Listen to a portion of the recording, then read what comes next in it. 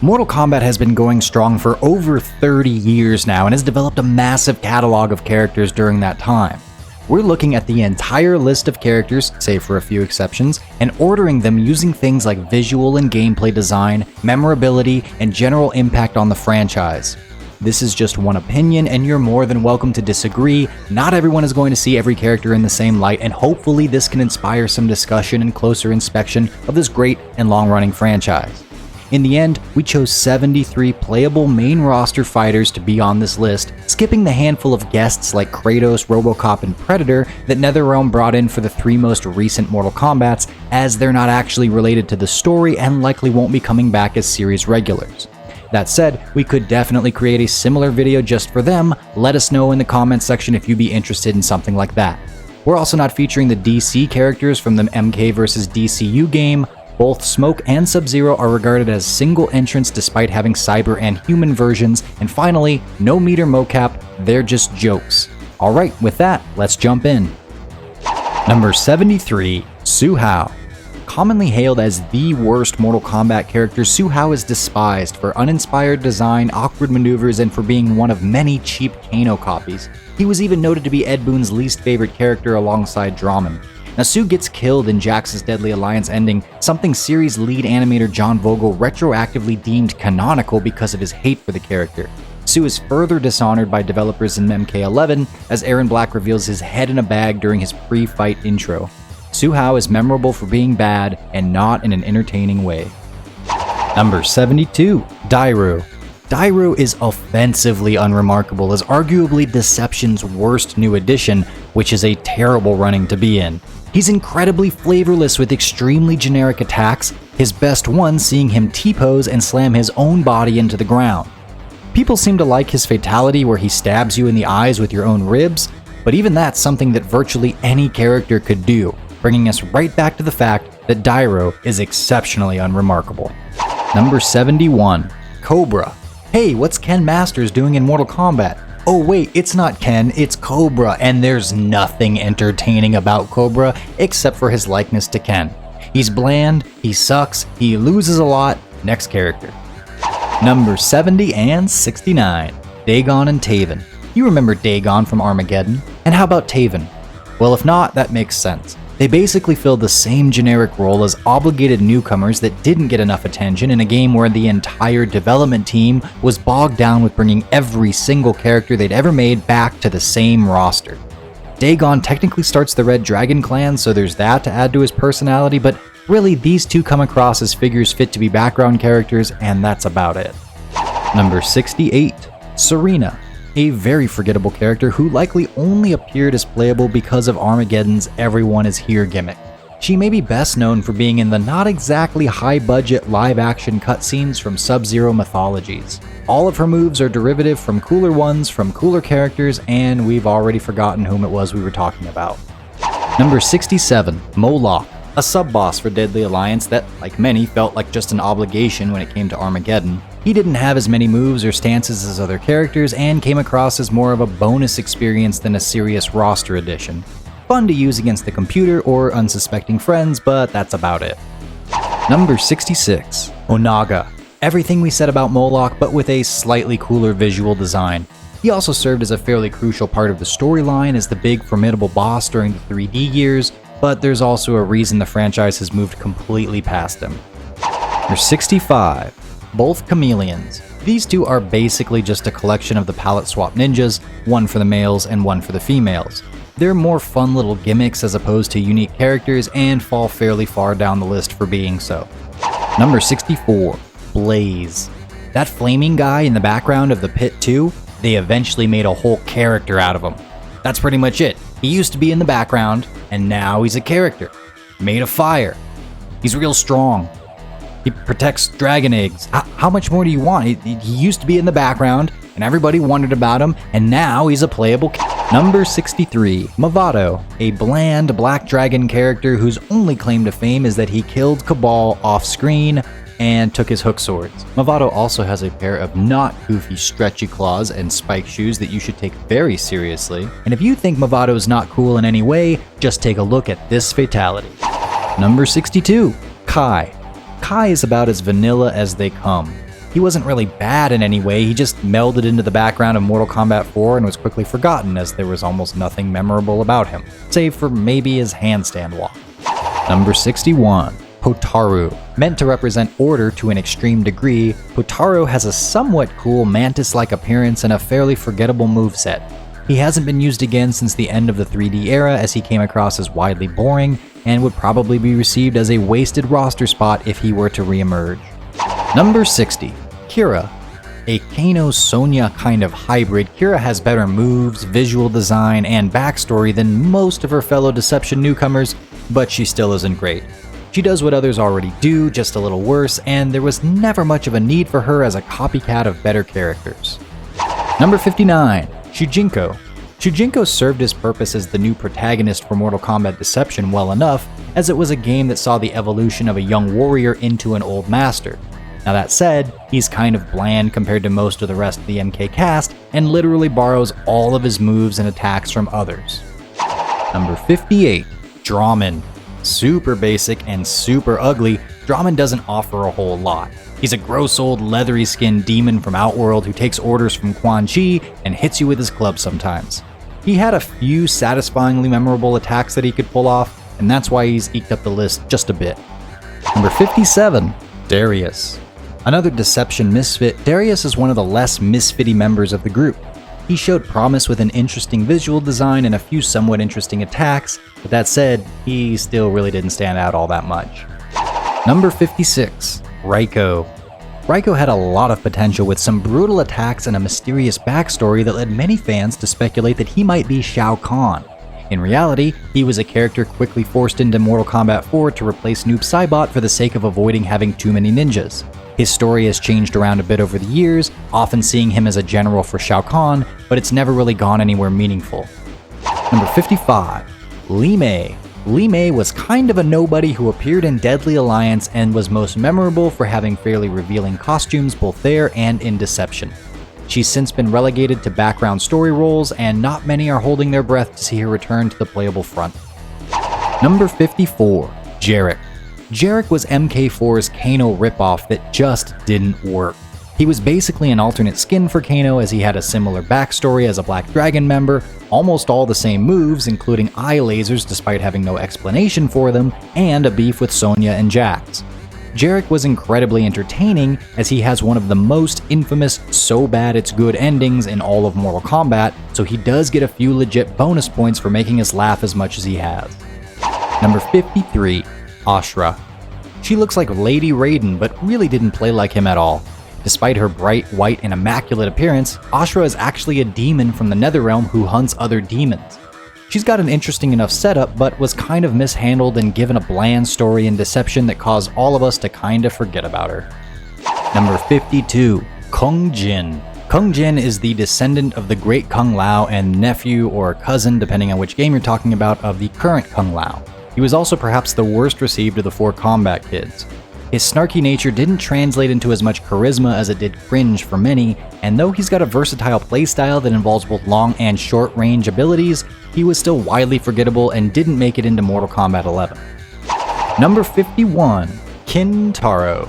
The Quarter Eater of Mortal Kombat 2, Kintaro was Midway's really quick follow-up to Goro, basically the same idea with a little feline peppered in this time. He gets some points for hitting exceptionally hard and coming across as especially visceral, but it's difficult to think of Kintaro as anything beyond Goro light. Number 50. Motaro. The Centaur sub-boss from Mortal Kombat 3, Motaro has never been a massive fan favorite. He's interesting in his own right, but primarily as a sub-boss as opposed to an actual playable character. His most memorable appearance might be from when he appeared in Mortal Kombat Annihilation, which isn't a great claim to fame. He was played by Malibu from American Gladiators though, which makes him better than Kintaro. Sweet. Number 49. Tremor. A great idea for a Mortal Kombat ninja, Tremor can control earth and rocks and minerals and stuff. He's got very little tie to the actual story though, and was only playable once in late stage Mortal Kombat X, so there's not a ton to go off of. He could be fleshed out in the future for sure, and we wouldn't be at all sad to see him come back. Number 48. Natara.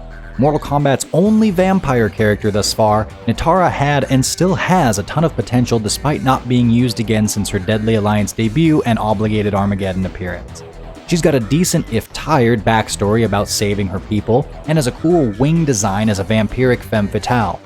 It's been long enough, and Atara needs to come back for another shot and a little development, as there are plenty of interesting directions the Mortal Kombat creators could take her in.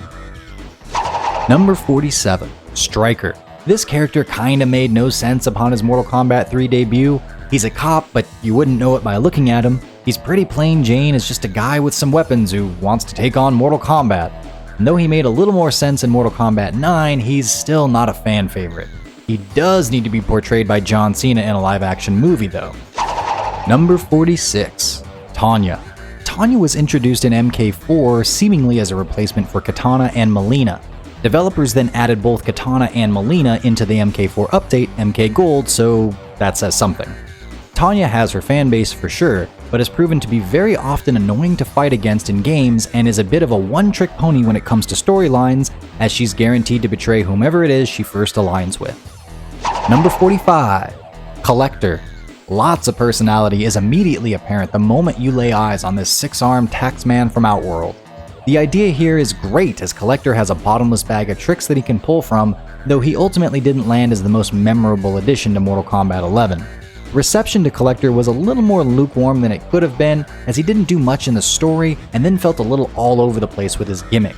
And while we aren't holding our breath for his return, we wouldn't mind seeing NRS take another crack at him. Number 44. Sector, the red robot who uses fire and missiles. Outside of that, he's kinda too similar to the likes of Cyrax and Smoke. He did have the best of the trio's fatalities in Mortal Kombat 3, but developers need to bring Sector back and do more to make him his own character. Number 43. Shinnok.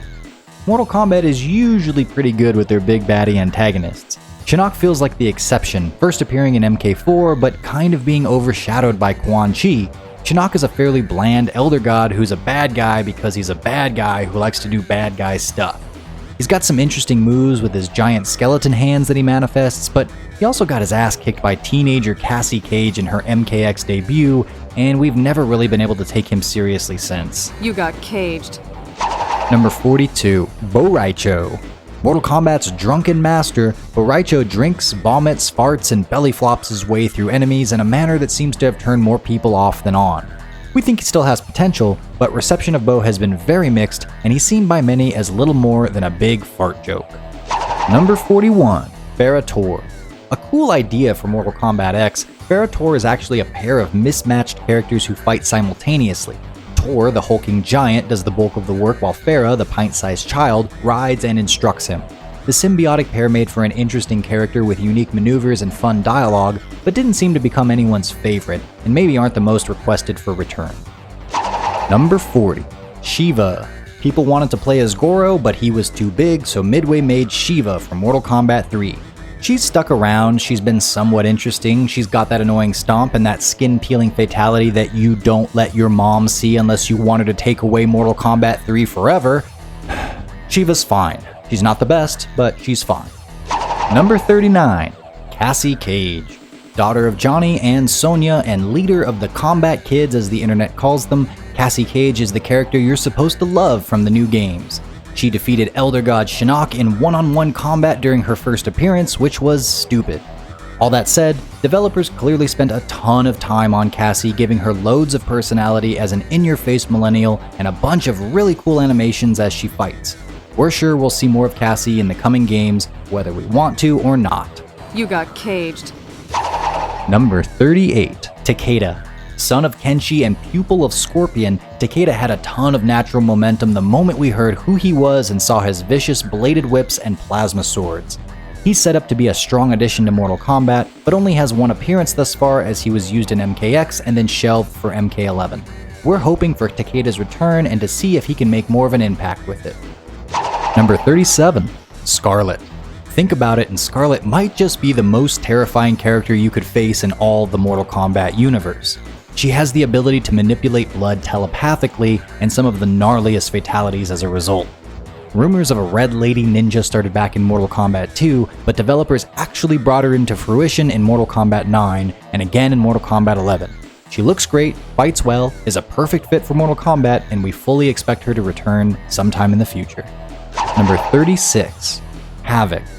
purely an agent of chaos with a somewhat interesting visual design and particularly noteworthy movements as he breaks his own limbs in sharp, sudden maneuvers, Havik looks the Mortal Kombat part, and we're actually somewhat surprised he hasn't been utilized again in a more prominent story role as he aims to disrupt order and spread chaos in a fairly non-discriminatory way. Number 35. Sindel.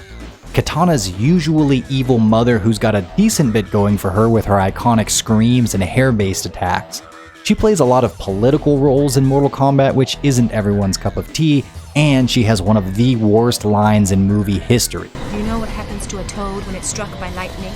She's important and has played a prominent role for a long time, but she's also kind of the uncool stepmom of Mortal Kombat.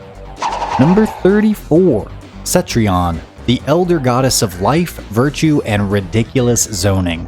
Cetrion has been one of the most popular and frustrating fighters amid her debut roster in Mortal Kombat 11. Her use of natural elements on the battlefield is well implemented into her gameplay as she ensnares foes with massive roots, brutally bashes them into rocks, and uses both fire and water to pester and teleport around the battlefield. Number 33. Kotal Khan. A new character introduced in Mortal Kombat X clearly meant to operate in similar spaces as Shao Kahn, Kotal looks like an Aztec war chief and has a horrendously awesome Makwahitl club that he uses to saw and bash foes in total Mortal Kombat fashion.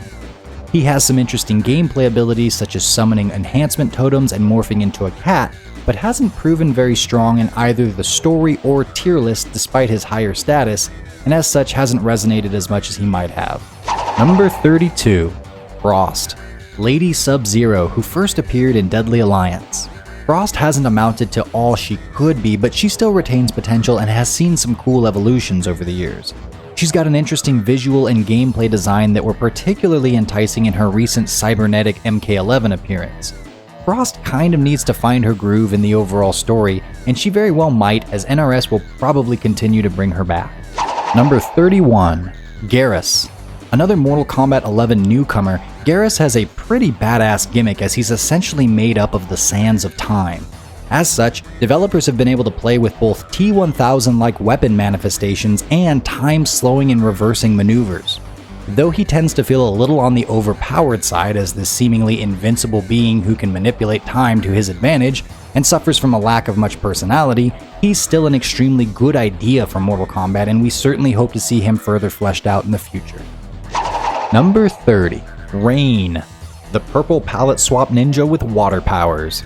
Rain has been okay over the years, and he's gotten a good bit better with his MK9 and MK11 appearances as he finally got moves that were more memorable than his Pac-Man U to the other side of the screen Super Roundhouse. He's kind of a dick of a character though, often betraying people and looking out vainly only for numero uno, so he loses a few points because of that. Number 29. Jackie Briggs. Brought in as part of the new generation of combat kids in MKX, Jackie has been undeniable in both her abilities and her prominent roles in the two latest chapters of Mortal Kombat's story. Her gadget-driven fight style is a smart evolution from her father, Jax, and we're interested to see if Jackie stands the test of time as NetherRealm is clearly setting the stage for her to be a series regular. Number 28. Cyrax. One of the three cyber ninjas introduced in MK3, Cyrax is a decently cool character who can develop some interesting strategies around his timed bombs and ensnaring green net. He and Sector do have a lot of overlap in their designs, but it's always interesting to see what developers will have pop out of Cyrax's chest whenever they use him. Number 27. Fujin. Fujin was kind of just the wind god with wind powers for the longest time after his debut in MK4. He would have been a lot lower except that NRS totally evolved the character in Mortal Kombat 11, giving him an awesome moveset, still wind-based, and an interesting personality that we now definitely want to see expanded on. Number 26. D'Vorah. A wonderfully creepy humanoid insect lady who very quickly proved herself in battle, killing 3 beloved and extremely formidable characters in her first 2 appearances. Fans have a clear hatred for D'Vorah as a result, but can't deny her abilities as she has some of the deadliest, most intimidating, and stomach-churning attacks in the franchise. She's basically the Brock Lesnar of Mortal Kombat right now. D'Vorah is a perfect MK character in design, and we're very interested to see how NRS uses her in the coming games.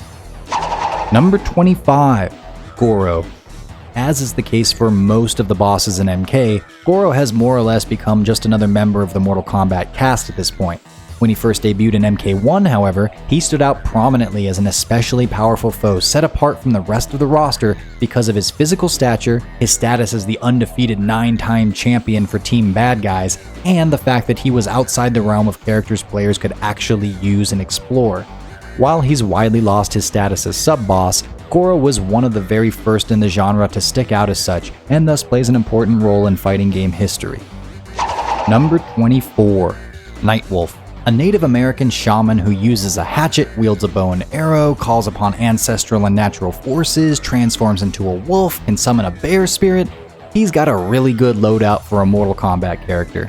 There were certainly some issues surrounding stereotypes in his earlier appearances, but NRS went out of their way to do the research and give him a more legitimately detailed design in Mortal Kombat 11, and so he continues to be a fan favorite even if not a character expected to be in every game.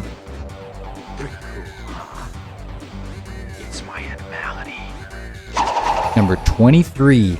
Cabal. Cabal is an especially unique character in the franchise as he's got a little Darth Vader, the Flash, and hook swords.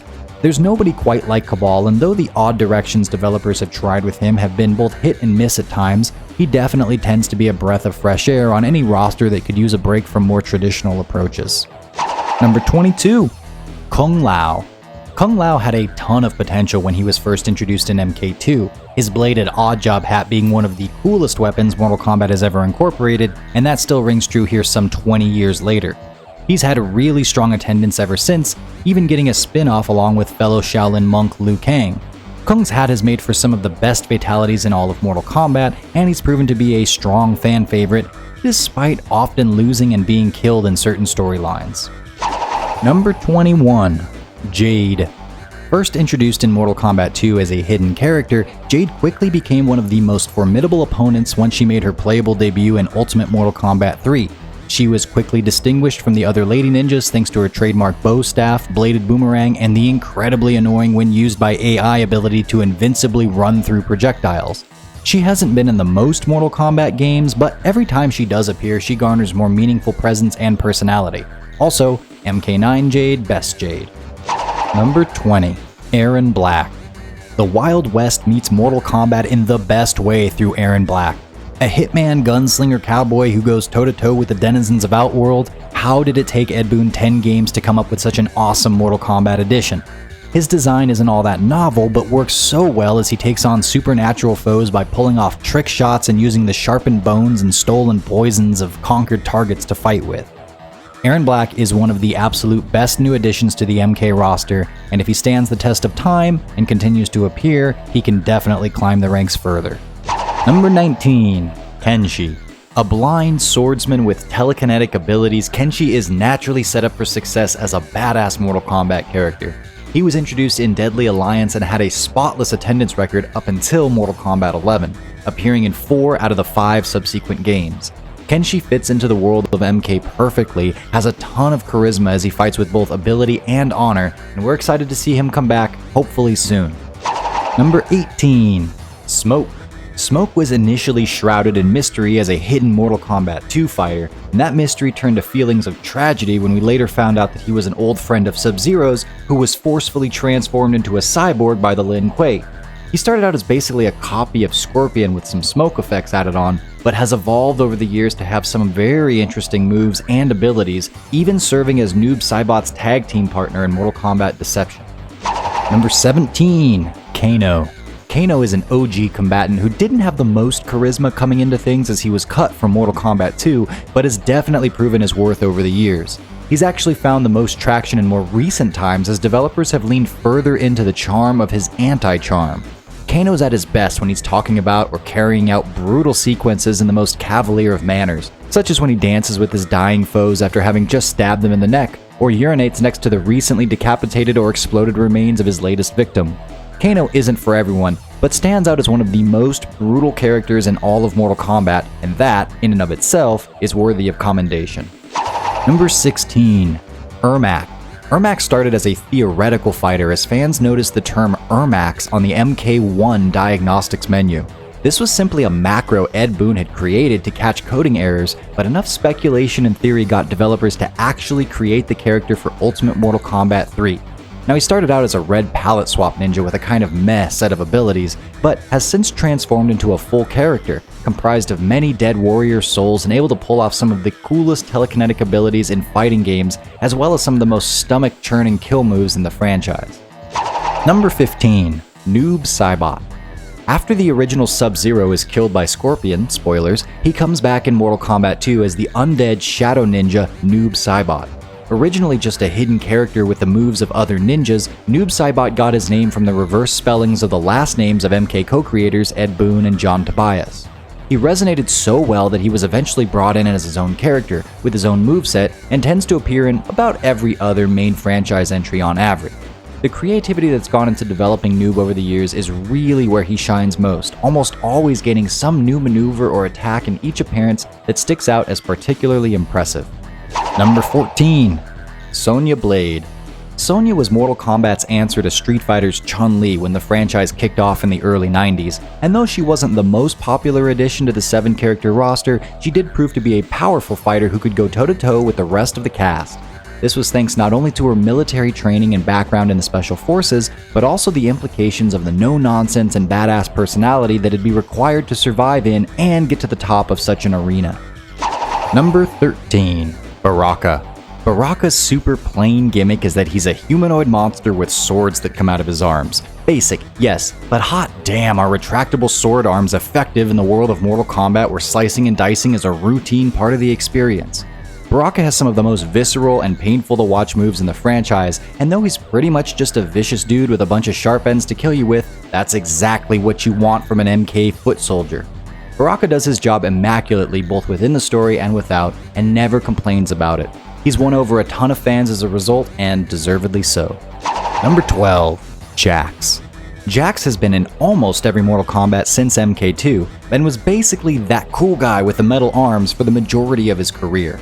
That alone was enough to get him to the upper echelon of MK characters, but NetherRealm really started fleshing him out more recently, both story-wise as well as through his arsenal of attacks. This has propelled him to a whole new level, and we imagine he'll be part of many Mortal Kombats to come as a result. Number 11. Reptile. Fighting game's very first hidden character, Reptile has garnered respect from fans despite often being relegated to a mere jobber in the franchise's storylines. Reptile's initially mysterious and then especially captivating design as a reptilian humanoid hidden away under a ninja's mask and costume made him a badass from day one that we always wanted to know more about. Though developers have repeatedly made him either a throwaway part of other character stories or a loser in his own, he still retained appreciation from and charisma in the eyes of fans. Number 10. Raiden. The god of thunder and lightning plays the role of cosmic chaperone to team good guys most of the time, but it's when Raiden shakes off the dust and gets in the ring himself that catapults him up the ranks in terms of interest and personality. His fighting abilities have always been head-turners as he zaps, shocks, and, most importantly, Superman's opponents across the screen. Perhaps the most fascinating aspect of Raiden's character is the way he continually wrestles with the concept of morality and direction at higher level than most everyone else in Mortal Kombat. The responsibility he carries as protector and guider of Earthrealm is massive and can often be felt by fans as Raiden often wrestles with massively important decisions alone, separated from those around him by his godly status. Number 9. Shao Kahn. The ultimate big baddie of Mortal Kombat. Shao was formally introduced as Mortal Kombat 2's final boss and has been terrorizing the defenders of Earthrealm ever since. Shao Kahn is one of the most formidable villains in all of gaming, and stands out thanks to his propensity for smacking people around with his hammer and then talking plenty of smack afterwards.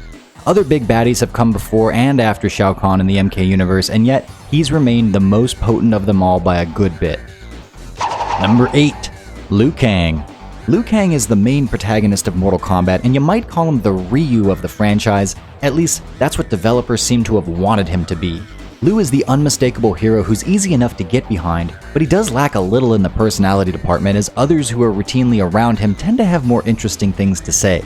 Developers actually killed him in the intro to Deadly Alliance in a move that was incredibly interesting, as fans were definitely shocked, but at the same time, losing their main good guy wasn't exactly a deal breaker, and instead might have even been a bit of a breath of fresh air.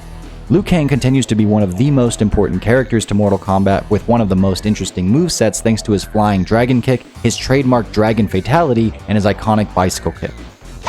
Number 7. Quan Chi. Shao Kahn is power, Shang Tsung is deception, but Quan Chi is pure freaking evil. He's a scary, threatening sorcerer who really took the helm for Mortal Kombat villains starting around MK4. He's got arguably the best fatality in the franchise as well as the worst, and has a ton of interesting moves in between. He's had an extremely grave impact on the story, ultimately being responsible for some of the franchise's most heinous acts, and always represents a particularly formidable opposition to Team Good Guys. Number 6. Kitana. Kitana was introduced in Mortal Kombat 2 as the Princess of Outworld and rightful heir to its throne. She came in hot with her unique fan blade weapons, attractive visual design, and a crucial and ongoing role in Mortal Kombat canon. Kitana has made an appearance in every major franchise entry since her debut, though sometimes a bit late to the party as in Mortal Kombat 4/Gold, and has reached such a status that fans would likely take massive issue if she were to be left out of a new game. She's gorgeous, she's able, she gets things done, and most importantly, she has an homage to Monty Python and the Holy Grail in her MK3 animality. Number 5. Mileena. Mileena is both the sexy waifu and the devouring monster, a combination that seems to resonate quite well with a large swath of Mortal Kombat fans. Leave her out of your starting roster at your own peril, a lesson Ed Boon and his team learned very well during Mortal Kombat 11 post-development, as rabid followers bombarded seemingly every MK-related post with "When's Mileena" comments.